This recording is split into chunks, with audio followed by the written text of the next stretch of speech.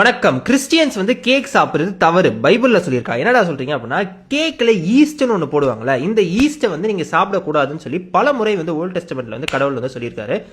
என்னடா சொல்றீங்க, ஈஸ்ட் வந்து இந்த பிரெட் செய்யும் போது கேக்கு செய்யும் போது போடுவாங்க. ஈஸ்ட் தெரியும்ல, அந்த கேக் வந்து நல்லா புஃப்னு வரணும் அப்படின்னு சில பேர் இட்லியில கூட போடுவாங்க. இட்லியில அந்த குட்டி குட்டி ஓட்டெல்லாம் வர்றதுக்கு காரணம் வந்து அந்த ஈஸ்ட் தான்.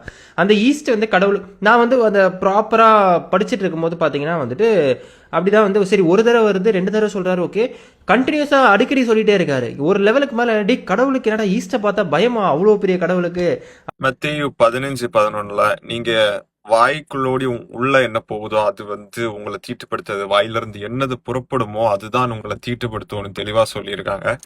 அதே 15 வந்து ரீட் பண்ணிட்டு போகும்போது வாய் வழியா உள்ள போறது, அசன வழியா வெளியே போயிடுவோம்னு ஓப்பனா சொல்லிட்டாங்க. ஸோ இந்த சாப்பிடுறது அதனால நம்ம வந்து தீட்டுப்பட்டுருவோம், அது ஒரு பாவம் அப்படிங்கிறது வந்து இந்த ஓல்ட் டெஸ்டமெண்ட் டீச்மெண்ட்டுக்கு வந்து நீங்க ஜாக்கிரதையா இருக்கணும். ஏன்னா ஓல்ட் டெஸ்டமெண்ட் வந்து அது ஓல்ட் ஆயிடுச்சு. அதை வந்து டீச் பண்ணிட்டு வர்றது வந்து நல்லதுக்கு இல்லை. நம்ம வந்து இப்போ கிருபையின் காலத்துல இருக்கோம்.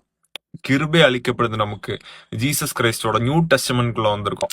ஜீசஸ் கிரைஸ்ட் ஓல்ட் டெஸ்டமெண்ட சிலுவையில சுமந்து நியூ டெஸ்டமெண்ட கொண்டு வந்துட்டாங்க. இதுக்கு மேல ஓல்ட் டெஸ்டமெண்ட ஃபாலோ பண்ண வேணாம்.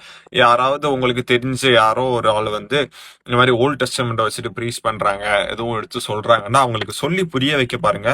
இல்ல அவங்க வந்து அவங்களுக்கு புரியல அப்படின்னா நீங்க அவங்க கிட்ட இருந்து தள்ளி இருங்க. அதிகமா அவங்க கிட்ட வந்து அவங்களுக்குள்ள ப்ரீச்சிங்க வந்து கேட்க வேணாம், அப்படி பண்ணுங்க. ஏன்னா நம்ம வந்து பரலோகத்துக்கு போனோம், அதான் மெயின். நம்ம கிரியையினால, ஓல்ட் டெஸ்டமென்டுடைய கிரியையினால நம்ம வந்து ஹெவனுக்கு போக போறது இல்ல. நம்ம கிருபையினாலதான் ஹெவனுக்கு போக போறோம்.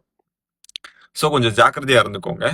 இந்த மாதிரி ஓல்ட் டெஸ்டமெண்ட் யாரும் ப்ரீச் பண்றாங்க, அதுல இருந்து எதுவும் எடுத்து சொல்றாங்க அப்படிங்கும்போது அதை கேட்டு நம்பி ஓல்ட் டெஸ்டமெண்ட்டை ஃபாலோ பண்ணாதீங்க.